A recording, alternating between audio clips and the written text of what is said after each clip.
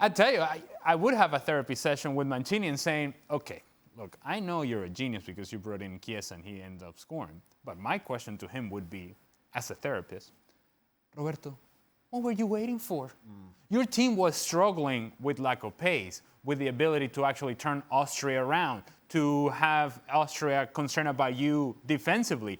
And yet you took all the way to the 86th minute to bring Chiesa in, who right away he goes in and he's running in behind. Right away he's pushing Liner back. He's pushing the back line of Austria to the point to where now they can no longer just be on the front foot because there is a threat in behind that wasn't there before.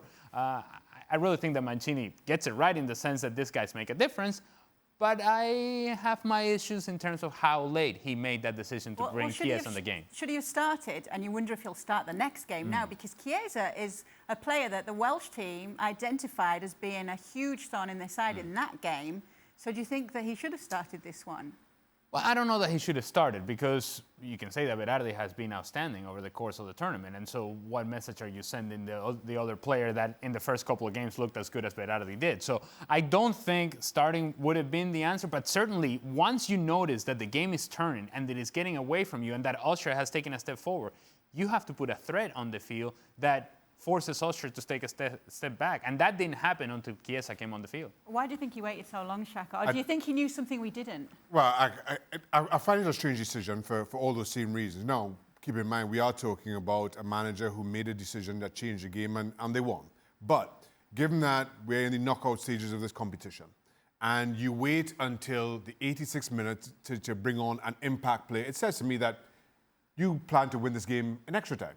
And now that is a really odd approach in the knockout stages of a competition, that you are prepared to send your team back out there for another 30 minutes ahead of whoever, I can't remember what the draw is or when that tie is for the quarterfinal.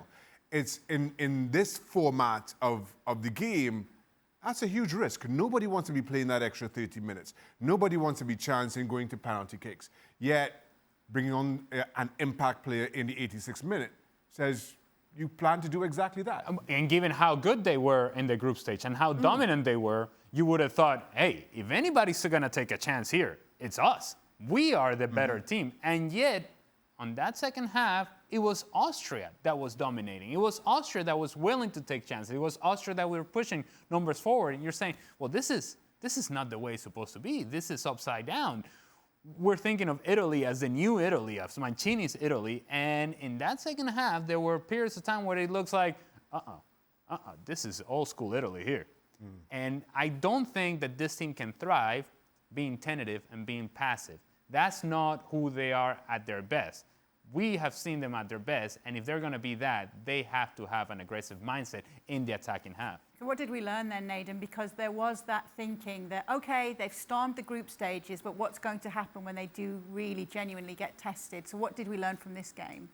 I think if I was to be one of the other teams still left in the competition, I think they probably showed a few more weaknesses now than they did in that first group stage, because I think there were times when they were getting hit on the break and the Austrians were really taking it to them. And I was surprised at how open Italy looked, because overall I thought they've looked very, very complete in terms of the way that they've played. So I think that offers encouragement. But then again, for Italy, you have a manager on the side who, for as much as he made the substitutions late, in some ways the other side of that coin is that he trusts the players who were out there. And I think if the game was one whereby they were losing, maybe they make the change that bit sooner. And it is a bit negative to say, I'm just going to bring this player on for extra time and so on. But speaking from experience and looking at the ways that Mancini has been as a manager, I don't think he's a manager who likes to be over the top in terms of just going all out anyway, in terms of winning a game. Like a 1-0 win for Roberto Mancini is enough because it's a win in itself. So I don't think it necessarily suits his character. So I think, as I say, they've shown a sense of togetherness. You've seen the way they celebrated when it was done. And even though they still have momentum, but it just doesn't feel the same way as it did when they finished off that last group game. And the other thing is, we talk about the substitution of Chiesa, and that is a very obvious one. But you also have to look at what this team is going to be in the quarterfinals, and you have to make a real decision on Berratti. Is this guy ready to be Berratti at his very best? Or are we seeing a better option with Locatelli? We saw how good Locatelli was in the first couple of games. We didn't quite see the control of Berratti in the midfield. We didn't quite see the impact that he would give you when he is fully fit, when he's ready to go. That's a big decision, because if you drop Verratti, you're essentially saying, hey, I don't think you're quite ready. And yet it feels like it may just be a necessary decision given the fact that I don't think he's ready. Or is his role too similar to Jorginho's in this team? And so maybe he could use that as his thinking? Well, I think in Locatelli, you have a guy that, what we have seen from him in this tournament, that he can go and join in the attack. Yeah, because obviously in the league, when we see in Serie A, he's playing a deeper role, so we're seeing a different side to him. Yes, and in particular in the game against Switzerland, where he's spraying the ball out wide and then he is the one appearing inside the 18-yard box and scoring a goal, you're saying, okay, you're not going to get that from Verratti. You're not going to get that from Verratti at his best. You're not going to get that from Verratti even now when he is obviously, I think, still carrying an injury. He didn't quite look right to me. He didn't look like the player that we've come to expect at PSG. And I don't think at this stage of the competition it's when you try to figure out, is he okay? No, you have to make up your mind coming into the game and saying, I'm going to go with a guy who's playing well, and I really think that is fit and ready to go. Is he ready to make that call, Nedum? You know him better than most.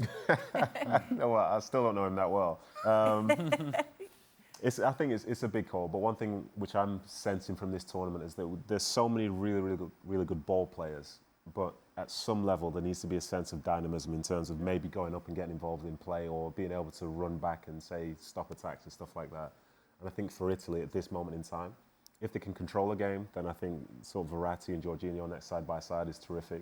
But if it's a game whereby you might be getting hit on the break by a team that really will try and hit you hard on the counter-attack, I don't necessarily think those two work together.